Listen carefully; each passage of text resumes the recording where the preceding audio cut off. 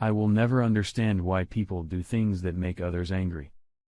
I went through life trying not to upset anyone, and it was probably too much for me to expect the same from others. I met my wife, Linda, when we were in high school. From the age of 16, we were exclusive and everyone else knew we got married just after Linda's 21st birthday. My lifelong friend Alan Hunter was my best man, Linda's sister, Marie, and 2 of her nieces were bridesmaids. If asked, I would say Linda was beautiful and everything I would want in a wife. We bought a nice house on a quiet street in a nice neighborhood. 2 years after we were married, Linda became pregnant with Nick, our son, and 18 months later, she gave birth to our daughter Gail. Since we only wanted 2 children, I had a vasectomy after Gail was born. By the way, my name is Don Simmons, and I work as a production manager for a company that may specialize lifting machines and cranes. I make good money. So being a stay-at-home mom was never a problem for Linda. It was until a few years later when a problem arose. Linda was still a very attractive woman. Her size, 3 breasts, and cute ass still turned me on. Too bad it did the same for someone else. I thought life was perfect, at least as perfect as it could be. The kids were well behaved, and we enjoyed a good social life. Once a month, my parents took the kids out so Linda and I could have a date night. We usually had dinner and then went to a club for a few hours. And when we got home, we always made love. My so-called perfect life came crashing down on a Wednesday afternoon. I had been to the dentist and decided to go home right afterward. There was a law at work, so I wouldn't be missed during the day. I entered the house and froze in place. The noise I heard upstairs suggested that Linda was either having fun with a toy or she had a man in there. I quietly crept upstairs deciding that if she was alone, it was silly to miss out on afternoon sex. Linda seemed to have the same idea. I peeked out our bedroom door and saw my so-called friend Alan Carter having a doggy style. Out of my mind, I stormed into the room. "Bastard," I yelled. I threw a punch that hit Alan in the jaw. He cried out in pain and fell off the bed. Linda screamed and frantically covered herself. "Dawn, what the hell are you doing home?" she asked dumbly. "I live here in case you forgot," I replied, returning my attention to the asshole. Grabbing him by the hair, I pulled him towards me and punched him several times in the face and stomach, my parting blow being a kick to the balls. "Get out of my house, you bastard!" Barely wearing his clothes, I got him to the door and threw him out the doorstep before storming back upstairs. "How long ago?" I shouted to Linda. She chickened out and said nothing. "How long have you been sleeping with that asshole?" I asked again. Linda stared at me with tears in her eyes. "About 2 months. I didn't mean for it to happen, Dawn. It just happened." "Yeah. That's right. Get yourself cleaned up and get this place cleaned up before the kids come home.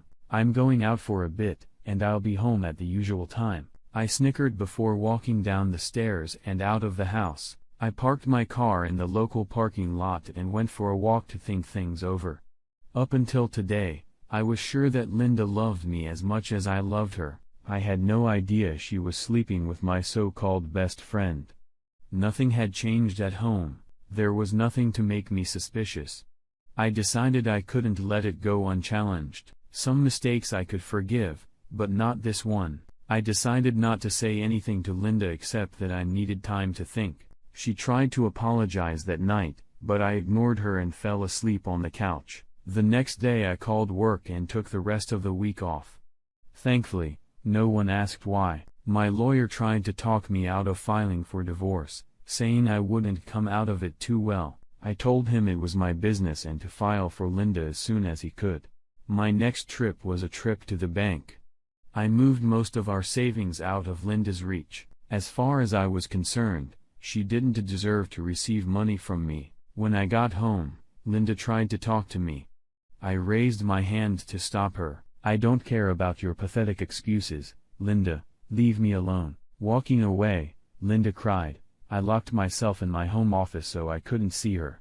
When the kids came home from school, I went down to see them, and they were both glad I was early today. Linda was on her cell phone while I chatted with the kids.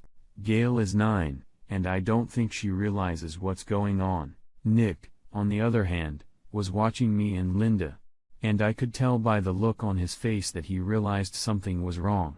Seeing me watching her, Linda interrupted the call and came over to talk to the kids. There was never a good time to make an announcement like mine, but I decided to do it now. Told the kids that Mom and Dad no longer loved each other, assured them that I would still be there for them and would see them as often as I could. Linda had a look of shock on her face. I think if the kids hadn't been around, it would have ended in a scream. Nick sat quietly looking at the floor.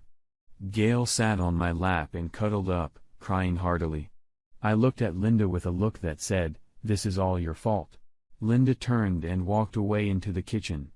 I could hear her crying quietly. Later that night, when the kids were already asleep, Linda tried to talk to me. "Please, Don, can we talk about this?" "No.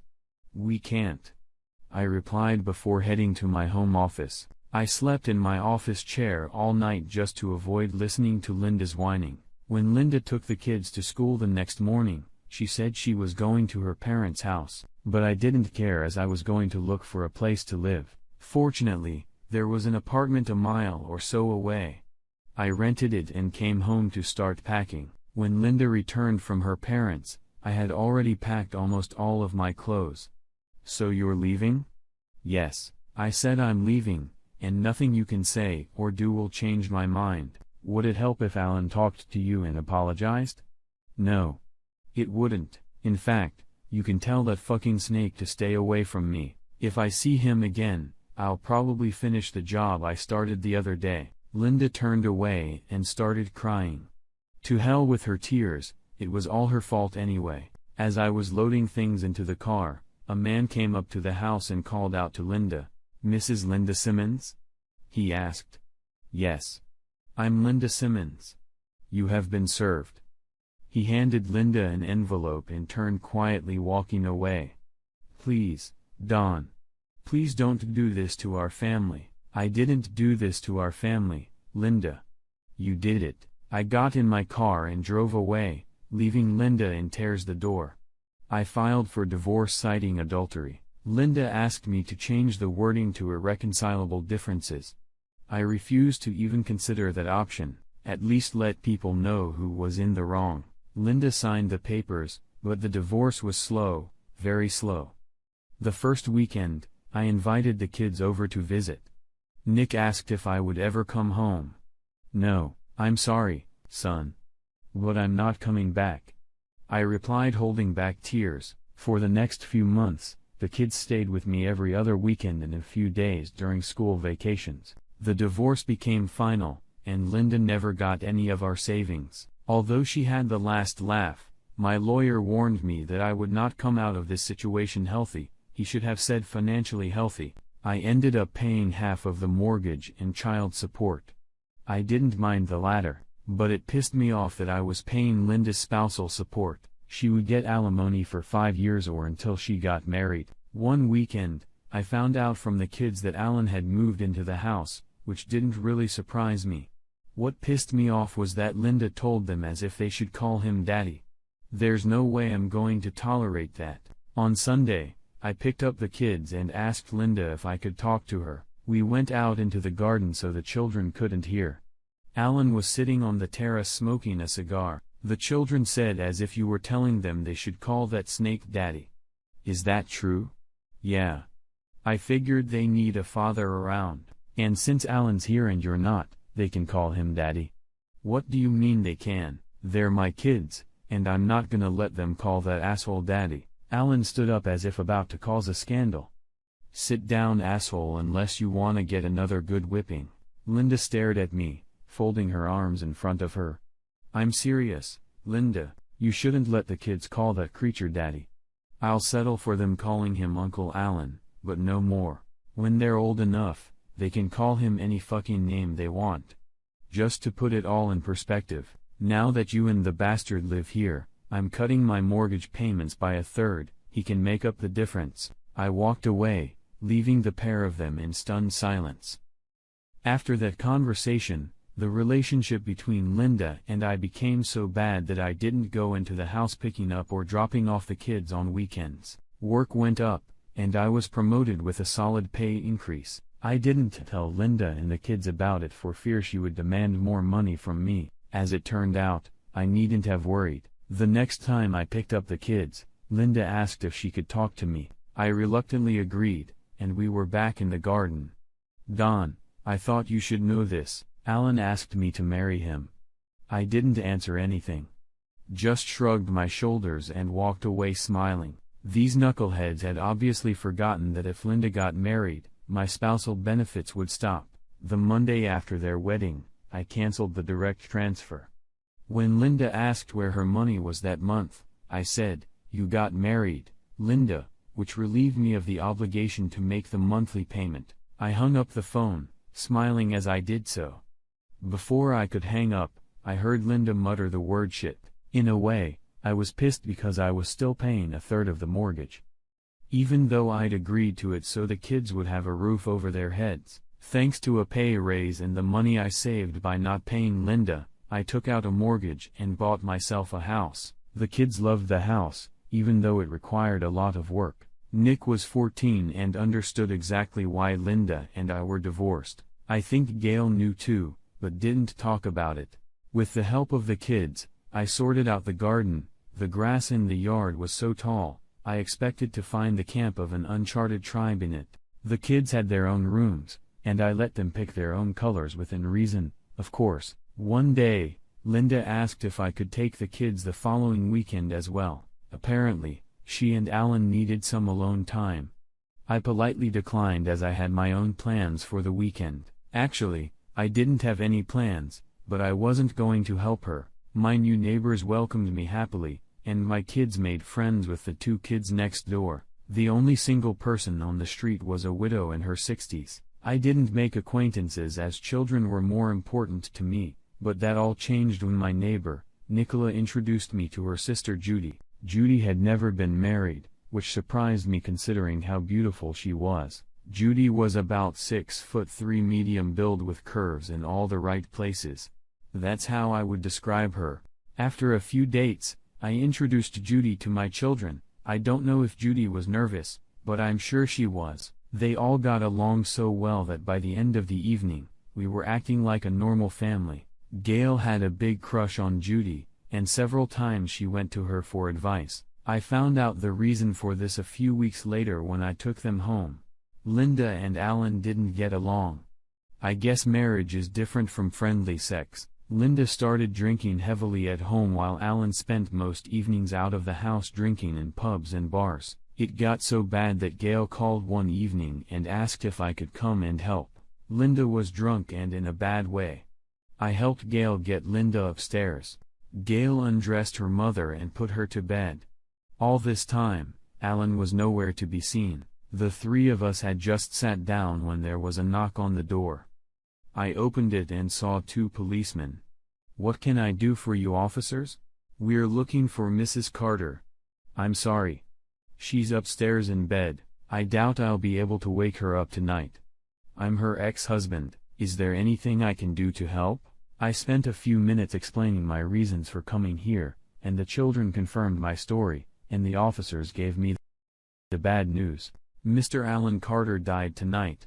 He crashed his car into a tree. I'm afraid he died instantly. I assured the officers that I would stay and let my ex-wife know when she woke up in the morning. The children were quiet. But none of them cried when the officers told us about Alan. "This is going to destroy Mom," Nick stated, looking at Gail. She, in turn, nodded in agreement. I told them to go to bed and we deal with it in the morning. As much as I despised Alan for what he had done, I didn't want to tell Linda that he was dead. Sure, I didn't like them for what they had done, but I wasn't going to take any pleasure in it. The next morning, Linda staggered down the stairs. She looked like shit with a hangover. The booze had clearly taken its toll on her appearance. She stared at me and aggressively asked, "What the fuck are you doing here?" I explained that I came in last night when Gail called for help. "Well, as you can see, I'm fine. You can leave now." "Linda, you better sit down and shut up." I replied. Linda looked at me, then decided to sit down. Okay. What's this all about, Don? I don't have time for games. No games, Linda. While you were sleeping it off drunk last night, the police came by to see you. What do they want from me? I didn't do anything wrong. I'm sorry, Linda. They came by about Alan. The police are here to tell you that Alan was killed in a traffic accident last night. All we know is that he crashed his car into a tree and they suspect he was drunk. Linda sat staring at me for what seemed like an eternity. She put her head in her hands and burst into tears, and the children tried to comfort her, but it was no use. I stayed in case I was needed, but after about an hour, I apologized and left. As I said before, I despised Alan for what he and Linda had done to destroy our family, but I never wished him dead. Out of respect for him and for the sake of the children, I attended his funeral. Linda did not speak to me, but her parents thanked me for being there to support her. I'm here for the kids and for no other reason. From what I understand, Linda bought it all herself. Linda's parents looked shocked, then quietly turned and walked away. I stood with the kids while Linda was left alone at the grave. One evening, about a month after the funeral, I got a frantic phone call from Nick. Dad, please come over soon. Mom had gone crazy. She beat up Gail and is throwing things around like crazy. I said I was on my way, and I raced to my car, and then I raced to the house. On the way, I called the police and told them what Nick had told me. They said a few officers were on their way. I pulled up to the house a little before the police did. I ran inside, leaving the door open. The house looked like a war zone. Linda was drunk off her ass and throwing things around. You bastard. It's your fucking fault, she screamed at me as something flew past my head. Dodging anything that was thrown, I walked over to Gail lying on the floor. 2 police officers came in and immediately subdued Linda. She was still swearing and calling me every name under the sun and then lashed out at the officers, calling them some nasty names. As the officers took Linda outside to a waiting police van, the paramedics arrived and were treating Gail while I was talking to an officer. I looked back and saw Nick coming down the stairs with a bloody towel over his head. I'm sorry, Dad, I tried to stop Mom hitting Gail. She turned to me and hit me over the head with something heavy. That's when I called you. Don't worry, son. You did everything you could. I assured Nick. Gail started to come to, and one of the paramedics examined Nick. That's a nasty cut you have there, young man. I'm afraid you're going to need stitches. Nick cringed slightly as the paramedic gave him the good news. The kids left to get checked out at the hospital. I assured them I'd be there as soon as I was done talking to the police. At the hospital, the doctor said Gail was a wreck. Other than that, she had no serious injuries. Nick, on the other hand, had to get stitches in the cut. The doctor told them both to take it easy for a few days. The next day, I took them back to the house so they could each pack a bag, told them to pack enough stuff for at least a week. I had no idea what was going to happen to Linda, but I didn't care about that now. Back at my house, I told the kids to unpack and then we'd deal with the food. Takeout food seemed like the best option since I wasn't in the mood to cook. While the kids were putting their stuff away, I sat down with a cup of coffee, but my peace was broken by a knock on the door. I opened it and saw Judy. I'd come to visit my sister and noticed your car outside the house. Everything all right, Don? Not really, Judy. You'd better come in. I sat down and told her what had happened earlier. Oh my God. Are the kids all right? They're upstairs putting their stuff in their rooms. I said I'd call for takeout when they were done. No, Don. No takeout. You go and look after the kids and I'll start cooking. If I can't find something, I'll ask where it is or go borrow it from the nice lady next door. We both laughed at the joke. When the kids came downstairs, Gail immediately ran over to Judy for a hug. I could barely hold from crying when I realized that my daughter felt safer with someone she had only known for a few months rather than her own mother. Asterisk.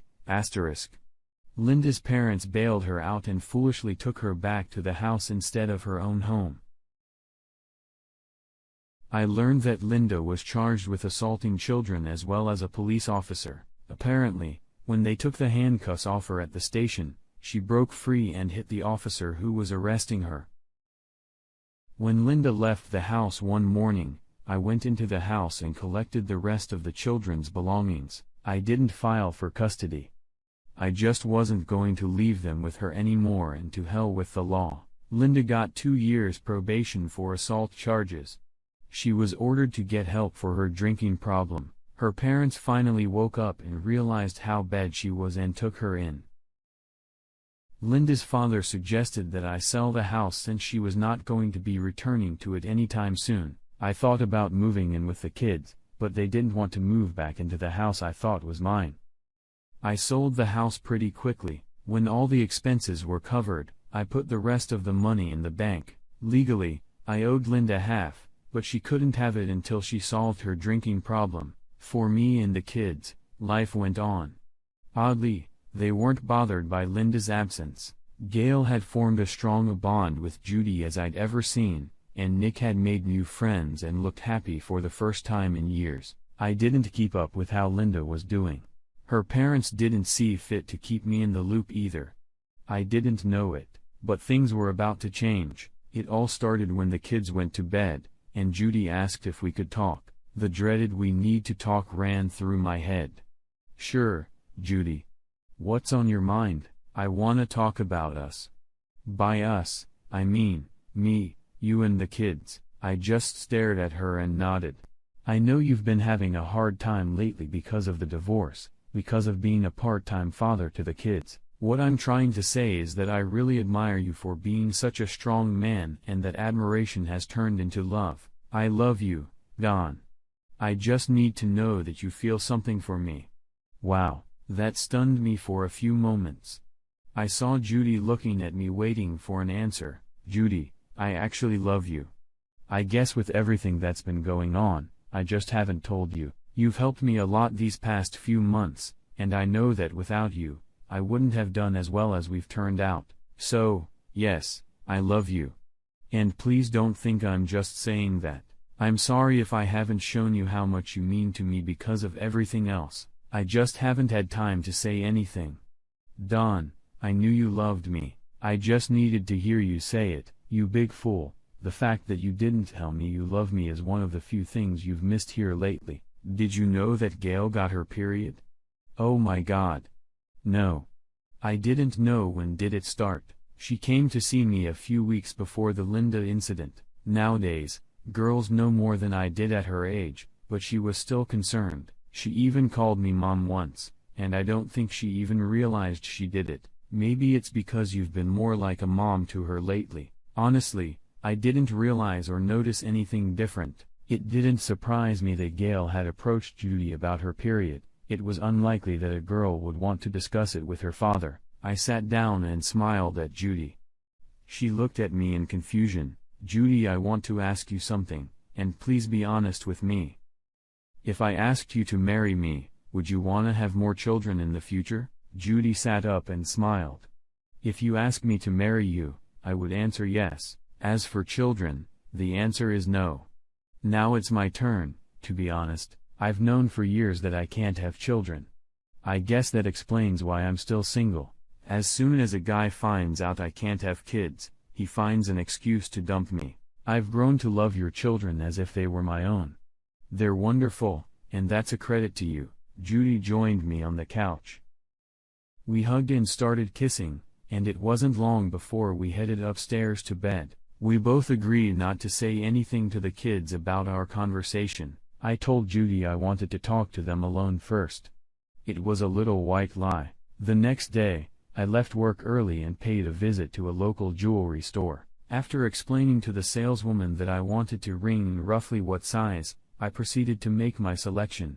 Not wanting to give up, I decided to drive home at the usual time, but due to traffic problems, I was 10 minutes later than usual. While I usually changed before dinner, I sat down to eat dinner in my suit. When we finished eating, I got up. Judy and the kids probably figured I was going to change. Judy was just about to get up and start clearing the table when I got down on one knee, holding the open ring box in front of me. "Judy, will you do me the honor of marrying me?" "Finally, thank God. I never thought you'd think of that, Dad," Nick said with a smile. Judy was still in shock. She looked at the ring and then at me. Yes. Yes. I will," she mumbled before crying. Judy stood up and hugged me. She huffed and wiped her eyes before kissing me. The tears started again as we were both hugged by Gail. "Does this mean I can call you Mom now?" Judy and Gail hugged. Nick shook my hand and gave me a manly hug. It was then that I realized that none of the kids had mentioned their mother or how she might react. I personally didn't care. In my eyes, it was none of her business. Epilogue: when the kids visited Linda, they informed her that I was getting married again. She just shrugged and changed the subject. Nick told me that Linda was getting help for her drinking. She looked much better than the last time they saw each other. By this time, I had applied for and received legal custody of the children. Linda was granted extensive visitation rights, but for some reason, known only to her, she saw the children once a month at best. After making sure Linda wasn't drinking, I wrote her a check for her half of the sale of the house. She thanked me and said nothing more. Her father thanked me for giving her the money. He said they hoped she would use it to start a new life. Shortly after Judy and I were married, the kids went to visit Linda, but came back and said she wasn't there, and her parents had no idea where she was. Judy said that Linda was probably starting a new life, and would contact them when she was settled, but that never happened. One evening, Linda's father called and said he had some bad news. We sat around while he explained that Linda had left and was settling in with a guy she met at the rehab center. It turned out that this guy was a drug user. According to police, Linda and this guy, James, died of an overdose. He started using drugs again, and Linda got hooked on them too. Once Linda's funeral was over, the kids never mentioned her again, at least not in my presence. Gail treated Judy like her mother. Nick started calling her Mom since we got married. I watched Judy and the kids interact with each other and couldn't but think about how Linda had messed up her life and then messed it up completely by getting hooked on drugs and ending it.